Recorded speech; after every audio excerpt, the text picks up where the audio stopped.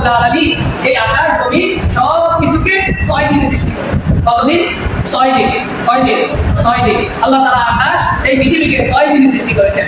আল্লাহ পাক রব্বুল আলামিন রবিবার এবং সোমবার এই দুই দিনে আল্লাহ পাক রব্বুল আলামিন পৃথিবীকে সৃষ্টি করেছেন। পৃথিবী সৃষ্টি করেছেন। তারপরে মঙ্গল এবং বুধ এই দুই দিনে পৃথিবীর ভিতরে যত রকমের মাখলুকাত আছে, গাছপালা, তারপরে পাহাড় পর্বত, নদী নালা, এই যা কিছু আছে সব কিছুকে মঙ্গল এবং বুধবারে আল্লাহ তাআলা সৃষ্টি করেছেন। আর বৃহস্পতিবার শুক্রবার আল্লাহ পাক রব্বুল আলামিন আকাশ সৃষ্টি করেছেন।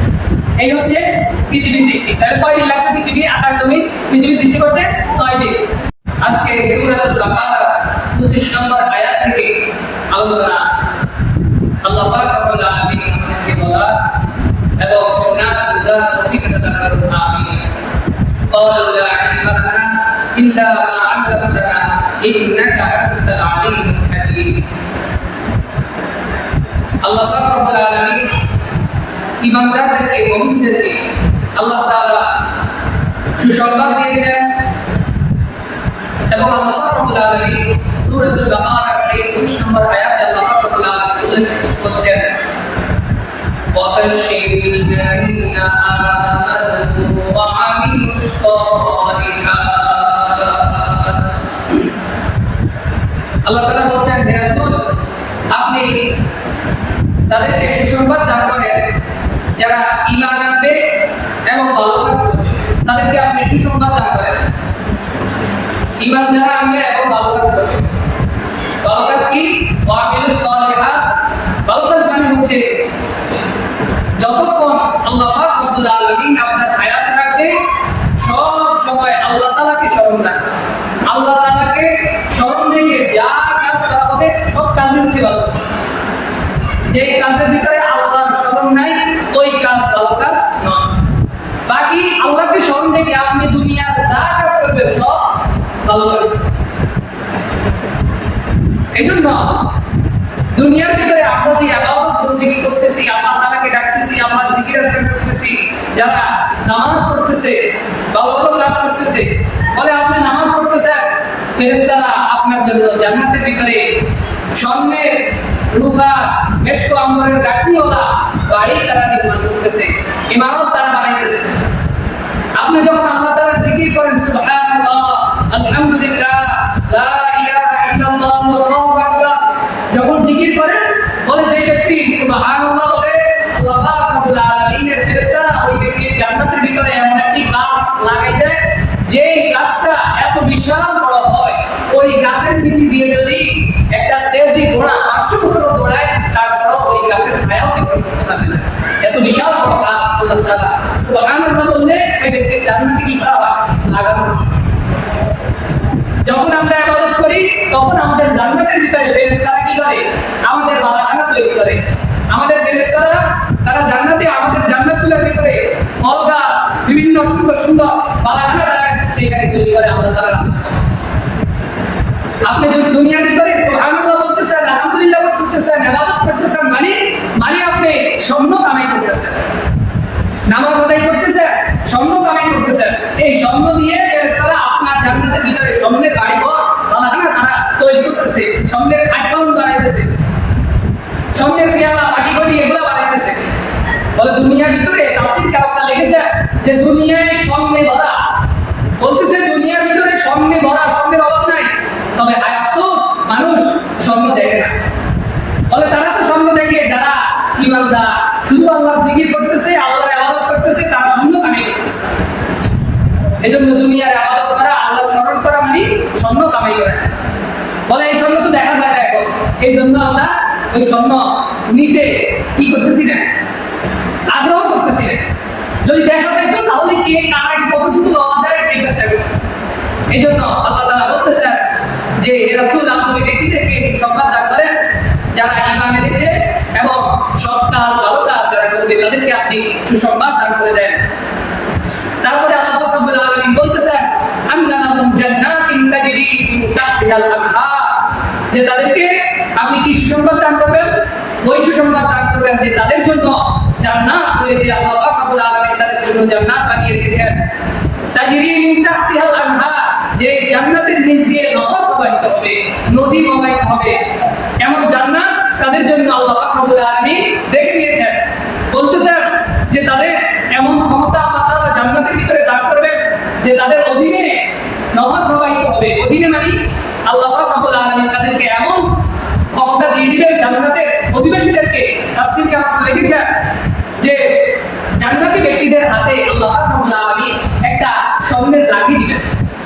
জান্নাতি ব্যক্তিদের হাতে একটা স্বর্ণের লাঠি থাকবে, তখন ওই জান্নাতি ব্যক্তিরা এই লাঠি দিয়ে নির্দেশ করবেন, যেই দিক দিয়ে বলবেন ওই দিক দিয়ে নদী প্রবাহিত হবে, যেই দিক দিয়ে নদীকে প্রবাহিত হতে বলবেন ওই দিক দিয়ে নদী প্রবাহিত হবে। জান্নাত মানে বাগান, বাগিচা। আমরা অনেক সময় এই বাগান বাড়ি বলি, বাগান বাড়ি মানে অনেক সুন্দর একটা বাড়ি, অর্থাৎ এর ভিতরে সবকিছু আছে। অনেকে বাগান বিভিন্ন জায়গার ভিতরে ঘুরতে যায়, এগুলা ফল, ফল গাছ, ফুল গাছ, বিভিন্ন আইটেমের অনেক কিছু দিয়ে বাগানের মধ্যে সাজায়, সুন্দর করে রাখে। এই জন্য জান্নাত হচ্ছে একটা বাগান, যেই বাগানের ভিতরে কোনো কিছু অভাব নাই। এই জন্য আল্লাহ রাব্বুল আলামিন বলতেছেন যে তাদেরকে এমন জান্নাত দেওয়া হবে যে এই জান্নাতের নিচে নহর প্রবাহিত হবে।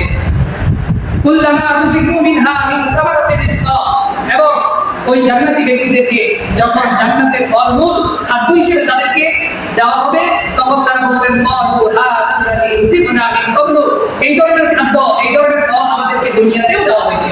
অর্থাৎ দুনিয়ার ভিতরে যে রকম এই আপেল, কমলা, ঠিক আছে না, আঙ্গুর, বেদানা, এই নাশপাতি, এরকম জান্নাতের ফল একই রকমের হবে, কিন্তু ওই জান্নাতের ফলের স্বাদ দুনিয়ার ফলের স্বাদের মতো হবে না।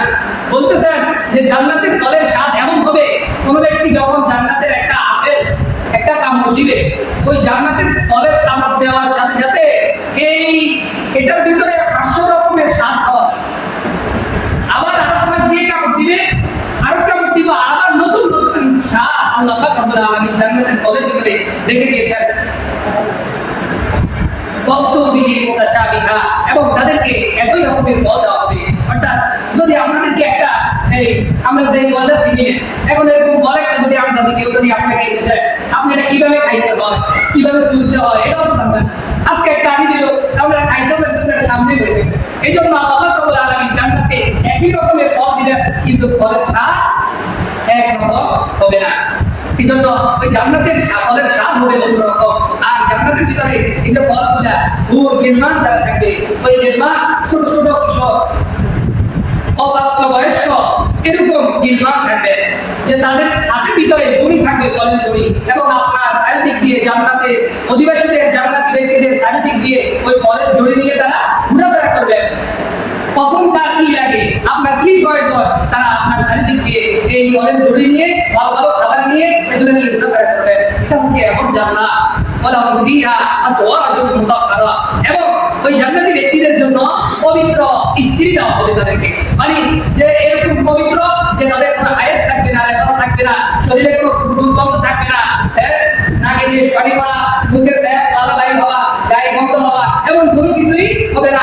আজওয়াজুন মুতাহহারা, পবিত্র স্ত্রী দেওয়া হবে। ওয়াহুম ফিহা খালিদুন, আর সেখানে জান্নাতীরা অনন্তকাল থাকবে, সেখান থেকে তাদেরকে আর কখনো বের করা হবে না। এই আয়াতে আল্লাহ পাক রব্বুল আলামিন এটা বলছেন। পরের আয়াতে আল্লাহ পাক রব্বুল আলামিন বলতেছেন, ইন্নাল্লাহা লা ইস্তাহি আন ইয়াদরিবা মাসালান মা বাউদাতান কামা ফাওয়াহা, নিশ্চয়ই আল্লাহ পাক রব্বুল আলামিন কোন উদাহরণ দিতে লজ্জা বোধ করেন না। সেই উদাহরণটা যদি মশা মাছি হোক বা তার চেয়ে কোনো ছোট কিছু হোক, আল্লাহ পাক রব্বুল আলামিন কোনো কিছু বুঝাতে উদাহরণ দেওয়ার জন্য ছোট থেকে ছোট মশা মাছি হোক বা তার চেয়ে কোনো ছোট হোক, উদাহরণ দিতে কোনো লজ্জা বোধ করেন না। মশা মাছির উদাহরণটা দেওয়ার কথা এই আয়াতের ভিতরে এই জন্যই এসেছে। এই আয়াতের নাযিল হওয়ার কারণ হচ্ছে এরকম, আল্লাহ পাক রব্বুল আলামিন যখন কাফিরদেরকে উদ্দেশ্য করে আল্লাহ তাআলা বলতেছেন, লা ইয়াখলুকু যুবাবা, যে তোমরা যাদেরকে ডাকো, উপাসনা করো, তারা এমন ব্যক্তি, এমন জিনিসের তোমরা উপাসনা করো, লা ইয়াখলুকু যুবাবা, যে একটা মাছিও তারা বানাতে পারবে না। তোমরা এমন ব্যক্তিদের উপাসনা করো। ওয়া ইন ইয়াখলুকুহু যুবাবু শাইআন লা ইয়াস্তানকিদুহু মিনহু শাইআ, যে তারা তো মাছি বানানো দূরের কথা, তাদের গায়ের ভিতরে যদি একটা মাছি বসে, ওই মাছিটাকে তারা দিয়ে তাড়াই দিবে, দৌড়াই দিবে, এইটাও আরো তাদের কোনো কি নাই, ক্ষমতা নাই, এটাও তারা করতে পারবে না। দৌবাত তালিব ওয়াল মাকলুব, অর্থাৎ দুর্বল ইবাদতকারী। কাফেরদেরকে আল্লাহ রাব্বুল আলামিন এই দৃষ্টান্ত দিয়ে বুঝালেন। যখন এই দৃষ্টান্ত দিয়ে বুঝালেন তখন কাফেররা বলা শুরু করলো যে আল্লাহ তাআলা হচ্ছেন বড়, তিনি কেন ছোট মাছি দিয়ে উদাহরণ দিবেন? তখন আল্লাহ রাব্বুল আলামিন এই আয়াত দিয়ে কাফেরদেরকে বুঝিয়ে দিলেন যে আল্লাহ রাব্বুল আলামিন উদাহরণ দিতে কি করেন না, মাছি অথবা তার চেয়ে ছোট জিনিস দিয়ে উদাহরণ দিতে ব্যবহার করেন না। যখন এই আয়াত নাযিল হলো কাফেররা হতভম্ব হয়ে গেল। আসলে তো ঠিক যে আমরা যাদের উপাসনা করি তাদের গায়ে যদি একটা মাছি বসে, এই মাছিকে দৌড়ানোর ক্ষমতাও তো তাদের নাই। তারা যে মূর্তির ইবাদত করে নিজেরা বানায়, এই মূর্তির গায়ের ভিতরে যদি একটা মাছি বসে, গোছা বসে, তাহলে এটা তো তারা কি করতে পারে না, দৌড়াইতে পারে না। এই জন্য আল্লাহ রাব্বুল আলামিন বললেন দৌফা তালিব ওয়াল মাকলুব, দুর্বল ইবাদতকারী, দুর্বল মাবুদ। যে মাবুদের কোনো শক্তি নাই ওই রকম মাবুদের ইবাদতকারীও দুর্বল। তারপরে আল্লাহ রাব্বুল আলামিন বলতেছেন ফাআম্মাল্লাযীনা আমানু ফায়া'লামুনা আন্নাহুল হাক্কু মির রাব্বিহিম। আল্লাহ রাব্বুল আলামিন বলতেছেন তাই যারা ঈমানদার তারা জানে এই বিষয়গুলো আল্লাহ তাআলার পক্ষ থেকে অবশ্যই হক, অবশ্যই সত্য। আল্লাহ রাব্বুল আলামিন যে দৃষ্টান্তগুলো দেন তাদের এটা অবশ্যই সত্য। ওয়াআম্মাল্লাযীনা কাফারু ফায়াকুলুনা মাযা আরাদাল্লাহু বিহাযা মাসালা। এবং যারা কাফের তারা বলে এই উদাহরণ দিয়ে আল্লাহ কি বুঝাতে চান? তখন আল্লাহ রাব্বুল আলামিন তাদের প্রশ্নের আবার জবাব দিতেছেন ইউদিল্লু বিহি কাসীরা ওয়া ইয়াহদি বিহি কাসীরা। আল্লাহ রাব্বুল আলামিন এরকম উদাহরণ দিয়ে তোমাদেরকে গোমরাহ করতেছেন। এবং আবার আল্লাহ রাব্বুল আলামিন এরকম উদাহরণ দিয়ে ওয়া ইয়াহদি বিহি কাসীরা কতগুলো লোককে আল্লাহ তাআলা হেদায়েত দান করেন। অর্থাৎ আল্লাহ রাব্বুল আলামিন এই যে উদাহরণটা দিলেন, কত লোক আছে তারা চিন্তা করবে আসলেও তো ঠিক, আমরা যাদের ইবাদত করতেছি, আমরা যাদের উপাসনা করতেছি, তারা তো এই মাছি বানানোর ছোট্ট একটা ক্ষুদ্র মাছি, এই মাছি বানানোর তো ক্ষমতা নেই। আবার তাদের গায়ে ভিতরে যদি মাছিটা বসে, এটা দৌড়ানোর তো কোনো ক্ষমতা নেই। আমি কি এরকম খোদা কি করতেছি, উপাসনা করতেছি। অর্থাৎ আল্লাহ তাআলা বলতেছেন যে আমি এরকম দৃষ্টান্ত দিয়ে, উদাহরণ দিয়ে কাউকে কি করি, গোমরাহ করি, আবার কাউকে এর দ্বারা হেদায়েত দান করি। জ্ঞানীরা তো বুঝবে, হ্যাঁ আল্লাহ রাব্বুল আলামিন এরকম একটা দৃষ্টান্ত দিয়েছেন, অবশ্যই এটা হক। তখন তারা কি করবে, আল্লাহর হেদায়েত প্রাপ্ত হয়ে যাবে। আল্লাহ রাব্বুল আলামিন বলতেছেন ওমা ইউদিল্লু বিহি ইল্লাল ফাসিকিন। কিন্তু ফাসিক ছাড়া কেউ বিপথগামী হয় না, পথভ্রষ্ট হয় না। যারা ফাসিক তারাই মূলত কি হয়, বিপথগামী হয়, পথভ্রষ্ট হয়। তারপরে আয়াত আল্লাহ রাব্বুল আলামিন বলতেছেন ইন্নাল্লাযীনা ইয়াকুতুনা আহদাল্লাহি মিন বা'দি মিসাকিহি। যারা আল্লাহর সাথে ওয়াদা করার পরে ওয়াদা ভঙ্গ করে। এখানে আল্লাহ রাব্বুল আলামিন ফাসিক তারা, ফাসিকদের পরিচয় তুলে ধরেছেন। আল্লাহ তাআলা বলতেছেন যে ফাসিক হচ্ছে তারা যারা আল্লাহর সাথে ওয়াদা করার পরে ওয়াদা ভঙ্গ করে, তারা হচ্ছে ফাসিক। আর তারা কি করে, ওয়ায়াকুতুনা মা আমারাল্লাহু বিহি আন ইউসালা। এবং তারা আল্লাহ তাআলা যে সম্পর্কগুলো বজায় রাখতে বলেছেন তা তারা ছিন্ন করে। আর তারা কি করে, ওয়ায়ুফসিদুনা ফিল আরদ। এবং তারা জমিনের ভিতরে অশান্তি সৃষ্টি করে। অর্থাৎ আল্লাহ রাব্বুল আলামিন ফাসিকদের উদাহরণ দিতেছেন যে ফাসিক কারা। এক নম্বরে ফাসিকদের আলামত হচ্ছে যে তারা আল্লাহর সাথে ওয়াদা করার পরে তারা ওয়াদা ভঙ্গ করে। আল্লাহ রাব্বুল আলামিনের সাথে কি ওয়াদা হয়েছিল আমাদের? আল্লাহ তাআলার সাথে আমরা সবার মানুষ জাতি পুরা বনি আদমের ওয়াদা হয়েছিল না? আল্লাহ রাব্বুল আলামিন বলেছিলেন আলাস্তু বিরাব্বিকুম, আমি কি তোমাদের রব নয়, আমি কি তোমাদের প্রভু নয়? তখন আমরা বলছিলাম ক্বালু বালা, হ্যাঁ আল্লাহ আপনি আমাদের রব। আমরা কি করছি, স্বীকার করতেছি। আমরা আপনার সাথে কাউকে কি করবো না, শরীক করবো না। কিন্তু দুনিয়াতে আসার পরে এই ফাসিক লোকরা আল্লাহর সাথে যে ওয়াদা করেছে সেই ওয়াদা তারা ভঙ্গ করে ফেলেছে। তারা কি করেছে, বিভিন্ন দেবী মূর্তির সাথে তারা কি করে ফেলেছে, আল্লাহর সাথে তারা শরীক করে ফেলেছে এবং আল্লাহর ওয়াদা তারা ভঙ্গ করে ফেলেছে। আল্লাহ যে বলেছিলেন যে আমি তোমাদের রব, অন্য কেউ রব নাই, কিন্তু দুনিয়াতে এই ফাসিক লোকরা এসে তারা ওয়াদা ভঙ্গ করে ফেলেছে। এটা হচ্ছে এক রকম। আর একটা হচ্ছে কোনো ব্যক্তি যদি কি করে, কোনো ভালো কাজের ওয়াদা করে, কোনো ব্যক্তির সাথে ওয়াদা করে এবং ওয়াদা করার পরে ওই ব্যক্তি যদি ওয়াদা ভঙ্গ করে ফেলে তাহলে ওই ব্যক্তিও ফাসিকদের অন্তর্ভুক্ত হয়ে যাবে, ফাসিক হিসাবে গণ্য হয়ে যাবে। যারা ওয়াদা করার পরে আল্লাহর নাম নিয়ে ওয়াদা করে, ওয়াদা করার পরে আবার ওয়াদা ভেঙে ফেলে, এই ব্যক্তিরাও ফাসিক। আর দ্বিতীয় নম্বর বলা হয়েছে ওয়ায়াকুতুনা মা আমারাল্লাহু বিহি আন ইউসালা। এবং আল্লাহ তাআলা তাদেরকে যে সম্পর্কগুলো বজায় রাখতে বলেছেন তারা তাদের সাথে সম্পর্ক ছিন্ন করে। এক নম্বর আল্লাহর সাথে সম্পর্ক রাখার জন্য বলেছেন, কিন্তু তারা আল্লাহর সাথে সম্পর্ক কি করেছে, ছিন্ন করেছে, আল্লাহর সাথে কোনো সম্পর্ক রাখে নাই। দুই নম্বর আল্লাহ রাব্বুল আলামিন সকল নবীদের প্রতি সম্পর্ক রাখার জন্য বলেছেন, কিন্তু যারা ইহুদি তারা কি করে, তারা শুধু কার উপরে ঈমান আনছে, তারা শুধু ইব্রাহিম আলাইহিস সালামকে মানে। আর যারা খ্রিস্টান তারা শুধু ঈসা আলাইহিস সালামকে মানে, আর বাকি কোনো নবীকে তারা অনুসরণ করে না, মানে না। অর্থাৎ সকল নবীদের সাথে সম্পর্ক রাখার জন্য বলেছেন, কিন্তু তারা সকল নবীদের সাথে সম্পর্ক ছিন্ন করেছে। কিন্তু আমরা বলি আমরা সব নবীকে কি করি, নবী হিসাবে স্বীকৃতি দেই, সকল নবীকেই আমরা মানি, আমরা সম্পর্কে রেখেছি। তো আল্লাহ পাক রব্বুল আলামিন এখানে 3 নম্বরে আরেকটা কথা হচ্ছে যে ওয়ায়াক্তামুনা মা আল্লাহু আলাইহি, যে তারা সম্পর্ক ছিন্ন করে, অর্থাৎ আল্লাহ পাক রব্বুল আলামিন যে আমাদের মাঝে আত্মীয়তার সম্পর্ক দিয়েছেন, আত্মীয়তার দিন, আত্মীয়তার বন্ধন বজায় রাখার জন্য বলেছেন, এই যারা কি করে আত্মীয়তার সম্পর্ক ছিন্ন করে তারাও ফাসিক বলে গণ্য হবে। যারা আত্মীয়তার সম্পর্ক ছিন্ন করবে তারাও ফাসিক বলে এই আয়াত দ্বারা তারাও ফাসিক হয়ে যাবে। আর ফাসিকদের দৃষ্টান্ত হচ্ছে ওয়াইসিদুনা ফিল আরদ, এবং তারা জমির ভিতরে অশান্তি সৃষ্টি করবে। আজকে দেখেন যারা ফাসিক লোক, কখনো কোনো ইমানদার লোক কি জমিনের ভিতরে বাধা সৃষ্টি করে? যাদের ভিতরে ঈমান নাই, ফাসিক যারা, ওই যে তারা কি করে না, সম্পর্ক রাখে না আল্লাহর সাথে, আল্লাহ নবীদের সাথে সম্পর্ক রাখে না, মূলত তারাই দুনিয়ার ভিতরে কি করে, ফিতনা ফাসাদ দুনিয়ার ভিতরে অশান্তি সৃষ্টি করে। যেমন চিন্তা করে দেখেন ফিলিস্তিনের গাজার ভিতরে মুসলমানদের সাথে কিভাবে তারা অন্যায় আচরণ করতেছে। পৃথিবীর বিভিন্ন প্রান্তের ভিতরে যতগুলো অশান্তি, সব অশান্তির মূলে হচ্ছে এই কাফের। তারা কি করে বিভিন্ন জায়গায় অশান্তি সৃষ্টি করে, বিশৃঙ্খলা সৃষ্টি করে, আবার এগুলো মুসলমানদের ভিতরে চাপে। এই হচ্ছে তাদের নীতি। এজন্য তারা জমিনের ভিতরে অশান্তি সৃষ্টি করে এবং ফাসাদ সৃষ্টি করে। এই ফাসিক ব্যক্তিরা আল্লাহ রাব্বুল আলামিন বলেন যে আসলে এই ওয়াইসিমুনা ফিল আরদ, যে তারা জমিনের ভিতরে ফাসাদ সৃষ্টি করে, অশান্তি সৃষ্টি করে, মনে করতেছে যে মুমিনদের ক্ষতি করতেছে, মুমিনদেরকে দুনিয়াতে থাকতে দিবে না, ভালো মতো জীবন যাপন করতে দিবে না মানুষদেরকে। তারা ফাসাদ সৃষ্টি করে মনে করতেছে যে তারা নিজেরা সুখে শান্তিতে থাকবে। আল্লাহ পাক রব্বুল আলামিন বলতেছে না, লা ইলাহা ইল্লাল্লাহ, আসল কথা হলো তারাই নিজেরাই হচ্ছে ক্ষতিগ্রস্ত। তারা যে অশান্তি সৃষ্টি করতেছে, এই অশান্তির কারণে তারা নিজেরাই ক্ষতিগ্রস্ত হচ্ছে, অর্থাৎ তাদের আখিরাত বরবাদ হয়ে যাচ্ছে।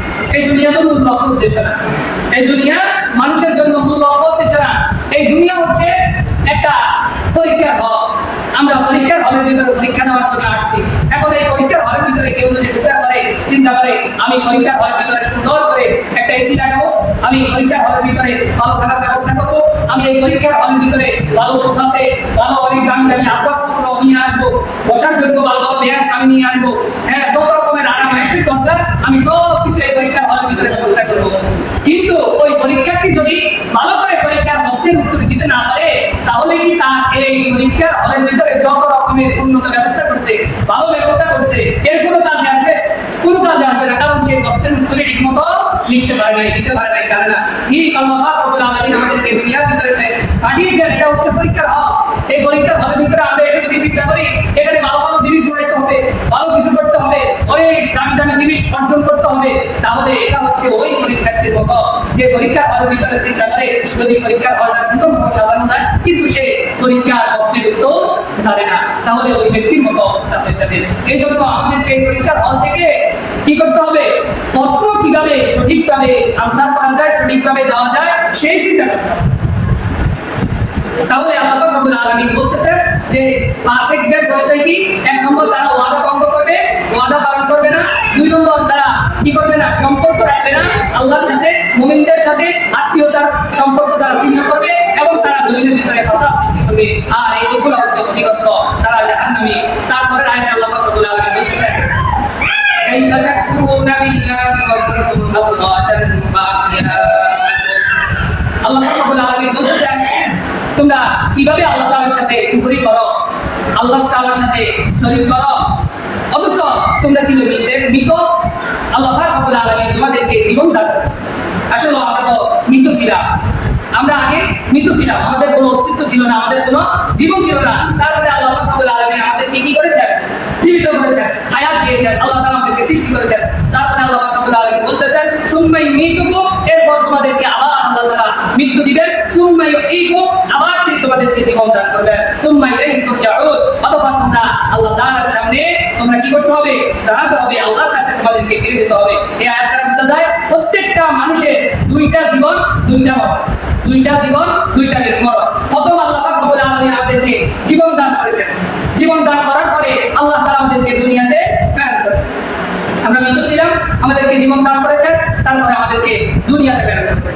এই হলো একটা জীবন, একটা মরণ। আবার আল্লাহ পাক রব্বুল আলামিন আমাদেরকে কি করবেন? মৃত্যু দিবেন। এই দুনিয়া থেকে আমরা কবরে যাব, আবার কবর থেকে আমাদেরকে আল্লাহ তাআলা আসরের ময়দানে আবার কি করবেন? জীবিত করবেন। ওইটা হচ্ছে আরেকটা জীবন, আরেকটা মরণ। তাহলে 2টা জীবন 2টা আলামিন আমাদেরকে দুনিয়াতে দুইটা জীবন এবং প্রত্যেকটা মানুষদেরকে দুইটা জীবন দিয়েছেন, দুইটা মরণ দিয়েছেন। তো আমরা এখন প্রথম জীবনের ভিতরে আছি নাকি? তারপরে আল্লাহ রাব্বুল আলামিন আবার আমাদেরকে মৃত্যু দিবেন, আবার জীবিত করবেন। এজন্য এটা হচ্ছে ক্ষণস্থায়ী জীবন, এবং যেটা পরকাল আমাদের সামনে আরেকটা জীবন আইতেছে, ওইটা হচ্ছে যেটা কোনো কি নাই, শেষ নাই, শুরু আছে শেষ নাই, ওইটার জন্য আমাদেরকে প্রস্তুতি গ্রহণ করতে হবে। ফরায়াত আল্লাহ রাব্বুল আলামিন বলতেছেন ওয়াল্লাযী খালাকা লাকুম মা ফিল আরদি জামিআ, আল্লাহ রাব্বুল আলামিন পৃথিবীর সব কিছু তোমাদের কল্যাণের জন্য সৃষ্টি করেছেন। পৃথিবীতে আমরা ছোট থেকে ছোট, বড় থেকে বড় যা কিছু দেখি সব কিছু আল্লাহ রাব্বুল আলামিন মানুষের কল্যাণের জন্য আল্লাহ তাআলা সৃষ্টি করেছেন। মানুষের শুধু সেবা করার জন্য আল্লাহ রাব্বুল আলামিন সৃষ্টি করেছেন। আমরা আল্লাহ বলতেছেন সুম্মা ইস্তাওয়া ইলাস সামাই ফাসাওয়াহুন্না সাবআ সামাওয়াত, যখন আল্লাহ রাব্বুল আলামিন এই পৃথিবী কি করেছেন, তোমাদের সব কিছু তোমাদের কল্যাণের জন্য সৃষ্টি করেছেন, পৃথিবী সৃষ্টি করলেন। এরপরে আল্লাহ তাআলা আকাশের দিকে আল্লাহ তাআলা মনোনিবেশ করলেন এবং সাত আকাশকে আল্লাহ তাআলা সুন্দর করে সৃষ্টি করলেন। ওয়া বিকুল্লি শাইইন আলীম, এবং তিনি সব কিছু সম্পর্কে জানেন, তিনি সব কিছু সম্পর্কে অবগত আছেন। তাহলে আল্লাহ রাব্বুল আলামিন সব কিছু পৃথিবীর যা কিছু আমরা দেখি সব মানুষের কল্যাণের জন্য সৃষ্টি করেছেন। এই সব কিছু মানুষের কল্যাণের জন্য সৃষ্টি করেছেন। মানুষ তাহলে আল্লাহ রাব্বুল আলামিন কি জন্য সৃষ্টি করেছেন? মানুষকে আল্লাহ রাব্বুল আলামিন আল্লাহর ইবাদত করার জন্য সৃষ্টি করেছেন। এখন মানুষ দুনিয়াতে আসে আল্লাহর ইবাদত করার জন্য, যা যা প্রয়োজন আল্লাহ তাআলা সেই হিসাবে এই দুনিয়ার সকল মাখলুকগুলা মানুষের কল্যাণের জন্য দিয়ে দিয়েছেন, যেন আমার বান্দা আমার ইবাদত করতে গিয়ে কোনো রকমের অসুবিধা না হয়, কোনো রকমের অসুবিধা যেন না হয়। এই জন্য আল্লাহ তাআলা এই পৃথিবীর যা কিছু দেখতেছেন সব বান্দার কল্যাণের জন্য সৃষ্টি করেছেন। আর আমরা আজকে এই সব কল্যাণগুলা পাই আল্লাহ তাআলাকে ভুলে গেছি। এই হচ্ছে আমাদের অভ্যাস। তাহলে আল্লাহ বললেন সবকিছু মানুষের কল্যাণের জন্য সৃষ্টি করেছেন। তারপর আল্লাহ বললেন সুম্মা ইস্তাওয়া ইলাস সামাই ফাসাওয়াহুন্না সাবআ সামাওয়াত, এরপর আল্লাহ তাআলা আকাশের দিকে দৃষ্টি দিলেন, আর আল্লাহ রাব্বুল আলামিন আকাশটাকে, সাত আকাশকে আল্লাহ তাআলা সুন্দর করে সৃষ্টি করেছেন। আল্লাহ রাব্বুল আলামিন এই যে সাত আকাশ সৃষ্টি করলেন, আল্লাহ রাব্বুল আলামিন যখন পৃথিবীটাকে সৃষ্টি করা শেষ হলো, এই পৃথিবীর যা কিছু আছে সব বানানো শেষ হলো, বানানো শেষ হওয়ার পরে আল্লাহ তাআলা আকাশ বানিয়েছেন। অর্থাৎ আল্লাহ রাব্বুল আলামিন যখন আমাদেরকে সৃষ্টি করবেন, বা আল্লাহ রাব্বুল আলামিন এই পৃথিবীর ভিতরে মানুষ, আল্লাহর মাখলুক, আল্লাহর বান্দাদেরকে প্রেরণ করবেন, এই জন্য আল্লাহ রাব্বুল আলামিন কি করেছেন, এই পৃথিবীটাকে আগে সৃষ্টি করেছেন। এই পৃথিবীর ভিতরে যা কিছু আছে এগুলো আল্লাহ সৃষ্টি করলেন।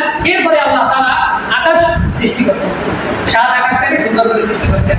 এই যে আমাদের পৃথিবীটা আমরা দেখতেছি, আল্লাহ রাব্বুল আলামিন এই আকাশ জমি সব কিছুকে 6 দিনে সৃষ্টি করেছেন। কতদিন? 6 দিন। কয় দিন? 6 দিন। আল্লাহ তাআলা আকাশ এই পৃথিবীকে 6 দিনে সৃষ্টি করেছেন।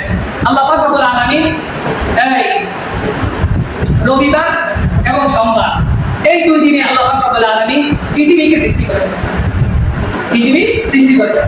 তারপরে মঙ্গল এবং বুধ এই 2 দিনে পৃথিবীর ভিতরে যত রকমের মাখলুকাত আছে, গাছপালা, তারপরে পাহাড় পর্বত, নদী নালা, এই যা কিছু আছে সব কিছুকে মঙ্গল এবং বুধবারে আল্লাহ তাআলা সৃষ্টি করেছেন। আর বৃহস্পতিবার, শুক্রবার আল্লাহ রাব্বুল আলামিন আকাশ সৃষ্টি করেছেন। এই হচ্ছে পৃথিবী সৃষ্টি। তাহলে কয় দিন লাগছে পৃথিবী, আকাশ জমি পৃথিবী সৃষ্টি করতে? 6 দিন। বলে না আল্লাহ রাব্বুল আলামিন 6 দিনে আল্লাহ তাআলা এই আকাশকে সৃষ্টি করেছেন। কিন্তু আল্লাহ রাব্বুল আলামিন আদম আলাইহিস সালাতু ওয়াস সালামকে যখন সৃষ্টি করলেন, আদম আলাইহিস সালাতু ওয়াস সালামকে সৃষ্টি করতে সময় লেগেছিল 120 বছর। আল্লাহু আকবার। এত কিছু দেখতেছি আমরা আকাশ জমি পৃথিবীর ভিতরে, এই সব কিছু সৃষ্টি করতে মাত্র আল্লাহর সময় লাগছে 6 দিন। আচ্ছা, আল্লাহ তাআলা তো কোন ফায়াকুন বললেই সব কিছু হয়ে যায়, তারপরে 6 দিন লাগবে কেন? অর্থাৎ আল্লাহ রাব্বুল আলামিন বলতেছেন, শিখাইতেছেন আমাদেরকে যে আমি কোনো কিছু যখন করি তখন আস্তে ধীরে সুস্থে করি। আল্লাহ তাআলা তো মুহূর্তের ভিতরে সবকিছু বানাইতে পারতেন, কিন্তু আল্লাহ পরিকল্পিতভাবে আল্লাহ তাআলা বানিয়েছেন, আমাদেরকে শিক্ষা দিয়েছেন এটা।